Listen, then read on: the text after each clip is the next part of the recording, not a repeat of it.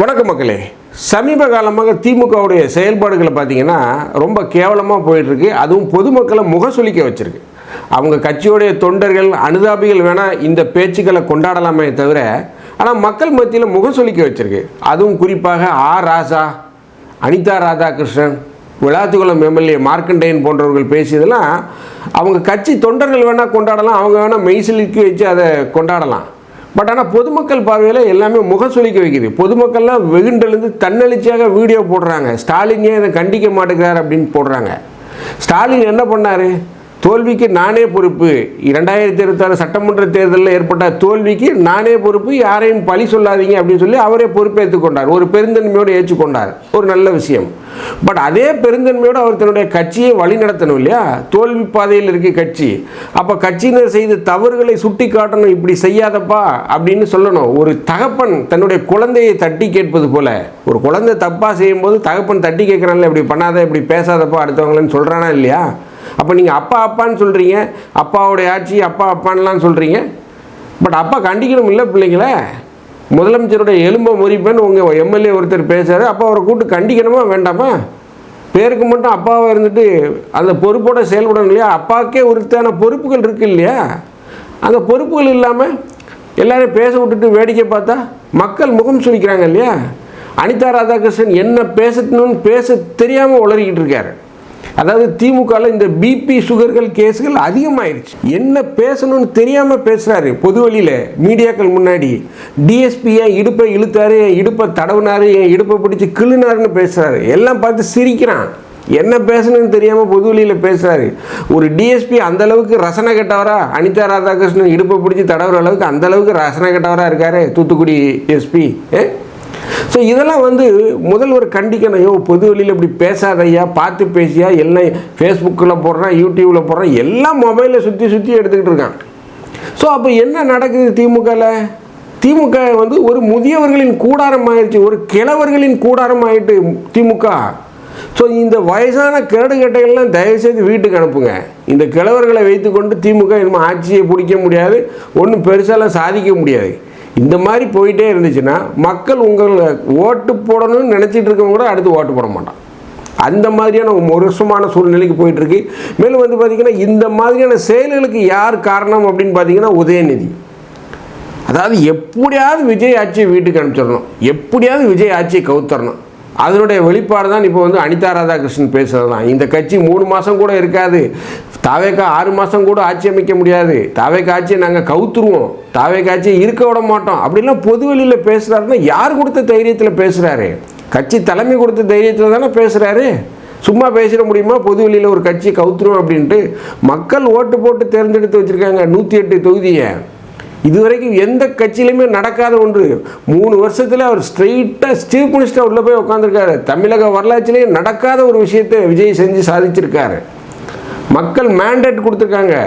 மக்கள் தீர்ப்பை நீங்கள் மதிக்கலை அப்படின்னா கவுத்துருவீங்களா இந்த ஆட்சியை? கவுத்து பாருங்கள் பார்ப்போம். திமுகவுக்கு உண்மையிலே திராணி இருந்தால் தாவேக்கா ஆட்சியை கவுத்து பாருங்கள் பார்ப்போம். 200 தொகுதியில் விஜய் ஜெயிப்பார். அடுத்து நீங்கள் 7 ஜென்மத்துக்கும் ஆட்சிக்கு வர முடியாது. உதயநிதி ரெட் ஜெயினில் போய் பெர்மனெண்ட்டாக சிஓ ஆயிட வேண்டியதான். ஸோ இப்படி ஒரு மோசமான வேலையை பார்த்து கொண்டிருக்கு. பெயரளவுக்கு அப்பா என்று சொல்லக்கூடிய ஸ்டாலின் தன்னுடைய பிள்ளைகள் செய்யக்கூடிய தவறை தட்டி கேட்கணும். இல்லை அப்படின்னா நீங்கள் ஒரு நல்ல அப்பா இல்லை. என்ன நடக்குது திமுகவில்? ஏன் இந்த மாதிரியான உளறல்கள் அதிகரிச்சுட்டு, ஏன் இந்த மாதிரியான வசைப்பாடல்கள் அதிகரிச்சுட்டு, ஏன் ஸ்டாலின் கண்டும் காணாமல் போயிட்டுருக்காரு? உதயநிதியுடைய செயல்பாடுகள் எந்த அளவில் இருக்குது? அதை பற்றி தான் நம்ம இந்த நிகழ்ச்சியில் பார்க்க போகிறோம். நான் உங்கள் ஜோசப். வாங்க நம்ம நிகழ்ச்சிக்குள்ளே போகலாம்.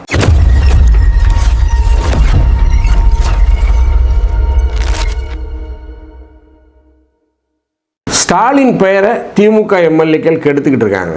உண்மையிலே அதான் நடக்குது. ஏன் அப்படின்னு பார்த்தீங்கன்னா, அனிதா ராதாகிருஷ்ணன் பேச்சாக இருக்கட்டும், ராசாவுடைய பேச்சாக இருக்கட்டும், இல்லை விளாத்திகுளம் எம்எல்ஏ மார்க்கண்டேயனுடைய பேச்சாக இருக்கட்டும், சத்யராஜுடைய பேச்சாக இருக்கட்டும், எல்லாருடைய பேச்சுக்களும் ஸ்டாலினுடைய பெயரை கெடுக்கிற மாதிரி தான் இருக்குது. ரொம்ப பண்பட்ட விதத்தில் பேசக்கூடிய ஆள் யாருன்னு பார்த்தீங்கன்னா, இப்போதைக்கு எனக்கு தெரியுது அக்கா கனிமொழி தான். ரொம்ப அழகாக கொண்டு போகிறாங்க கட்சியில். அவங்க ஒரு தலைவருக்கே உண்டான எல்லா பாங்கும் எல்லா பண்புகளும் அவர்கள்ட்ட இருக்குன்னு நான் சொல்லுவேன். ஏன் அப்படின்னு பார்த்தீங்கன்னா, கட்சி இப்போ தோல்வி பாதையில் இருக்குது. மார்க்கண்டேயனை கைது பண்ணியிருக்காங்க, விளாத்திக்குளம் எம்எல்ஏவை. ஒரு கட்சி தலைவர் என்ன செய்யணும்? கண்டிப்பாக போய் பார்க்கணும், இல்லை அவருடைய மகனையாவது அனுப்பிச்சிருக்கணும், முன்னாள் துணை முதல்வர் உதயநிதியாவது அனுப்பிச்சிருக்கணும் ஸ்டாலின். பட் அனுப்பலை. ஆனால் யார் போயிருக்கா? கனிமொழி போயிருக்காங்க. கனிமொழி போனாலும், கனிமொழி அனுப்பி வைத்தாலும் உதயநிதி வந்து பார்ப்பதுக்கு என்ன கொல்ல சொல்லுங்கள்? உதயநிதி வந்து பார்த்துருக்கலாம் இல்லையா மார்க்கண்டேயனை பாளையங்கோட்டை ஜெயிலில்? ஏன் சென்னைக்கும் பாளையங்கோட்டைக்கும் போக்குவரத்து வசதியே இல்லையா? தூத்துக்குடி ஏர்போர்ட்டில் வந்து யாராவது அங்கேருந்து ஒரு 3/4 மணி நேரத்தில் வந்துடலாம், இல்லை 1 மணி நேரத்தில் வந்துடலாம். ஸோ அந்த மாதிரியான எண்ணங்கள்லாம் இல்லையா? அப்போ நீங்கள் கட்சியை எப்படி நீங்கள் வழிநடத்த போகிறார் உதயநிதி? முதல்வர் பதவிக்கு மட்டும் ஆசைப்படுறீங்கல்ல, அப்போ கட்சி தொண்டர்களை போய் பார்க்கணுமா வேண்டாமா? அது ஒரு இக்கட்டான சூழ்நிலையில் உங்கள் கட்சியில் இருக்கக்கூடிய ஒரு தற்போதைய எம்எல்ஏ கைது செய்யப்பட்டு உள்ளே இருக்கார். அப்போ நீங்கள் போய் பார்க்கணுமா வேண்டாமா? அரசியல் செய்யணுமா வேண்டாமா? அதான வேலை. லண்டன் போயிட்டு இன்னுமா உங்களுக்கு டயர்டாக இருக்குது, இன்னுமா உங்களுக்கு களைப்பு தெரியலை? ஸோ இதெல்லாம் வந்து பார்த்திங்கன்னா ஒரு சரியான ஒரு தலைமைத்துவம் வந்து உதயநிதிட்ட இல்லையோ அப்படின்னு தோணுது. ஒரு அரசியல்வாதி அப்படிங்கிறது கிடைக்கிற இடங்களில் அரசியல் செய்யணும். ஒரு சின்ன பாயிண்ட் கிடைச்சாலும், சின்ன கிடைக்க சந்தில் கூட அரசியல் செய்யணும். அதுதான் அரசியல்வாதி. ஆனால் அதை கரெக்டாக இன்றைக்கி அக்கா கனிமொழி பண்ணுறாங்க. ஸ்டாலினே சொல்லியிருக்கலாம் போய் பார்த்துட்டு வாங்கன்ட்டு. பட் ஆனாலும் உதயநிதி வந்திருக்கணும். உதயநிதி தலைமை பண்புக்கு ஆசைப்படுறாருல, தலைமை இடத்துக்கு ஆசைப்படுறாருல, நான் வந்து முதல்வராகணும்னு ஆசைப்படுறாருல, கட்சியுடைய தலைவராகணும்னு ஆசைப்படுறாருல, அப்போ அதற்கு என்ன மாதிரி அரசியல் செய்யணுமா வேண்டாமா? ஸோ அந்த இடத்துல உதயநிதி தன்னுடைய தலைமைத்துவ பண்பை இழக்கிறார். இதன் அடிப்படையில் நான் சொன்னேன் அப்படின்னா, உதயநிதி வந்து முதலமைச்சர் பதவிக்கு லாய்க்கு இல்லைன்னே நான் சொல்லுவேன், கட்சியுடைய தலைவர் பதவிக்கு லாய்க்கு இல்லைன்னு நான் சொல்லுவேன். ஆனால் கனிமொழி கரெக்டாக பண்ணுறாங்க. கனிமொழி வந்தாலும் உதயநிதி இன்னொரு டைம் வந்து பார்க்கணும். முதல் ஆள் அவர் வந்திருக்கணும். இன்றைக்கி கனிமொழி வர்றதுக்கு முந்தி முதல் ஆள் அவர் வந்திருக்கணும். கனிமொழி வந்து பார்த்ததுக்கு அப்புறம்னாலும் 2வது தானே அவர் வந்தார் அப்படின்னு கட்சிக்காரன் பேசுவானா மாட்டானா? கண்டிப்பாக பேசுவான். ஸோ இதெல்லாம் கூட்டி கழித்து பார்க்கணும். அண்ணாமலை படத்தில் ராதாரவி சொல்கிற மாதிரி எல்லா கணக்குகளையும் கூட்டி கழித்து பார்த்தா தான் இந்த அரசியல் செய்ய முடியும். இந்த இடத்துல திமுக ரொம்ப தடுமாறுது. விஜய் ஆட்சியில் அமர்ந்ததுக்கு பிறகு திமுக ரொம்ப தடுமாறிக்கிட்டு இருக்கு. ஸ்டாலின் என்ன சொல்லிட்டு லண்டனுக்கு போனார்? நான் லண்டன் போயிட்டு வந்ததுக்கப்புறம் நிறைய பட்டாசு வெடிக்கும் தமிழ்நாட்டில், அந்த பட்டாசில் மாற்றவெல்லாம் சிக்கி சின்ன பண்ணமாவும் அப்படின்னு சொல்லி சிங்கம் படத்தில் சூர்யா பேசுகிற மாதிரி சொல்லிட்டு போனார். வந்து கிட்டத்தட்ட இன்றைக்கி 2-2.5 நாள் ஆகிப்போச்சு. ஜெட்லாக்லாம் முடிஞ்சிருக்கும். ஏதாவது ஒரு அதிரடி அறிவிப்பு, கட்சியிலேருந்து பல்வேறு பேரை தூக்குவார், புது ஆட்களை உள்ளே கொண்டு வருவார், ஏதாவது செய்வார்னு பார்த்தா சப்புன்னு போயிட்டு நேற்று வந்து அண்ணா அறிவாலயத்துக்கு வந்துட்டு சப்புன்னு போயிட்டார். ஸோ ஒன்றும் பெரிய மாற்றங்கள்லாம் நடக்காது. திரும்ப நான் சொல்லிட்டேன் கேளுங்க. திமுகவில் பெரிய மாற்றத்தெல்லாம் ஸ்டாலின் நிர்வாக ரீதியில், அமைப்பு ரீதியில் மூத்தவர்களெல்லாம் தூக்க முடியாது. அப்படி தூக்கணும்னு நினச்சாருன்னா முதல்ல அவரை தூக்கணும்னு முடிவு பண்ணிடுவாங்க. இதுதான் இப்போது திமுகவோட கரண்ட் நிலைமை.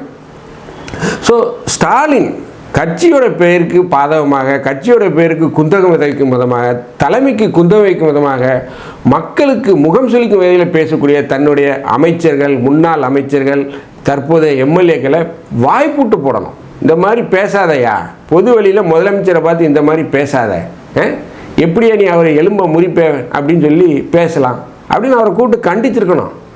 ஃபோன்லையாவது கூப்பிட்டு கண்டிச்சிருக்கணும். இல்லை அதை கண்டிக்கும் விதமாக ஒரு முகநூலில் ஒரு பதிவு போட்டிருக்கணும், ட்விட்டரில் ஒரு பதிவை போட்டிருக்கணும். அதை செய்ய முடியல.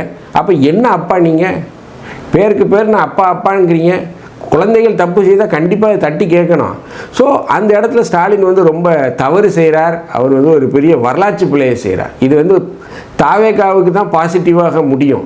இதே இடத்துல நீங்கள் கண்டித்து ஒரு பதிவு போட்டிருந்தீங்கன்னா உங்கள் இமேஜ் உயர்ந்திருக்கும். நல்லா கேளுங்க. அதை தான் இந்த உண்மையான விஷயங்களெல்லாம் அவர்கிட்ட சொல்ல மாட்டேங்கிறாங்க.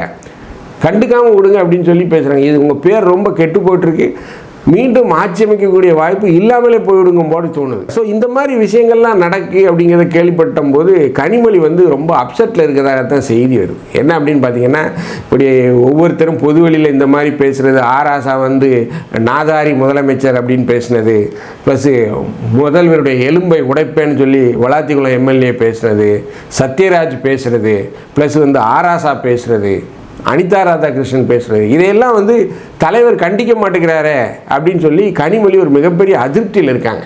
ஸோ ஒரு மிகப்பெரிய அதிருப்தியில் இருக்காங்க. நாம் விசாரிச்சுட்டு தான் இந்த தகவலை சொல்கிறோம். ஸோ ஒரு தோல்வி முகத்தில் கட்சி இருக்குது அப்படிங்கும்போது கட்சியை சீர்படுத்தணும், செம்மைப்படுத்தணும். அதை ஸ்டாலினால் செய்ய முடியுமா அப்படிங்கிற ஒரு சந்தேகம் இருக்குது. ஏன்னா அவருக்கு வயதாகி விட்டது. ஏன்னா ஒரு மிகப்பெரிய இளைஞர் படையை எதிர்கொள்ளணும். தாவேக்கால இருக்க இளைஞர் படையை எதிர்த்து உடனுக்குடன் அவங்க ரியாக்ட் பண்ணுறாங்க, உடனுக்குடன் ரெஸ்பான்ஸ் பண்ணுறாங்க. அவ்வளோ பெரிய டீமை ஸ்டாலினால் எதிர்கொள்ள முடியுமா அப்படிங்கிற ஒரு சிக்கல் இருக்குது. ஏன்னா அவருக்கு டெக்னாலஜி தெரியாது, எல்லாமே ஒரு டீமை வச்சு தான் செய்யணும், அடுத்தவங்க சொல்கிறத கேட்டு செய்யணும். ஸோ அந்த மாதிரி பார்க்கும்போது ஸ்டாலினால் இனிமேல் திமுகவை வழிநடத்த முடியுமா அப்படிங்கிற ஒரு சந்தேகமே நமக்கு எழுது. இது நீங்கள் யோசித்து பார்த்தீங்கன்னா உங்களுக்கு புரியும். ஸோ என்னை பொறுத்தவரை இந்த மாதிரி வேலைகள் நடப்பதற்கு எல்லாம் என்ன காரணம் அப்படின்னு பார்த்தீங்கன்னா உதயநிதி தான். உதயநிதி விஜயோடைய ஆட்சியை கவிழ்க்கணும், விஜய் ஆட்சிக்கட்டிலிருந்து அகற்றுக்கணும், தாவேக்காவை ஆட்சிக்கட்டிலிருந்து அகற்றணும் அப்படின்னு பார்க்குறவங்கள்ட்ட எல்லாம் சொல்கிறாரு. ஸோ அதனுடைய வெளிப்பாடுகள் தான் அவருடைய மனதை குளிர்விக்கும் விதமாக ஏதாவது செய்வோம் அப்படின்ட்டு இந்த மாதிரி கட்சியோடைய எம்எல்ஏக்கள், முன்னாள் அமைச்சர்கள், எம்பிக்கள்லாம் இந்த மாதிரி தரந்தாழ்ந்து பேசுகிறாங்க. இது அக்கா கனிமொழிக்கு ஒரு மிகப்பெரிய அதிருப்தியை ஏற்படுத்தியிருக்கு. ஸோ ரொம்ப ஒரு மோசமான நிலையில் திமுக இருக்குது அப்படிங்கிறது தான் நிதர்சனம். ஸோ வரக்கூடிய காலங்களில் அவங்க என்ன மாதிரியான நடவடிக்கைகள் எடுக்க போகிறாங்க, கட்சியை எப்படி அந்த வீழ்ச்சியிலிருந்து மீட்டெடுக்க போகிறார்கள் அப்படிங்கிறது வரக்கூடிய காலங்களில் தான் தெரியும். இந்த வீடியோ உங்களுக்கு பிடிச்சிருந்துச்சுன்னா தயவுசெய்து லைக் பண்ணுங்கள், ஷேர் பண்ணுங்கள், சப்ஸ்கிரைப் பண்ணுங்கள். மறக்காமல் உங்கள் கருத்துக்களை கமெண்ட் செக்ஷனில் சொல்லுங்கள். நன்றி, வணக்கம்.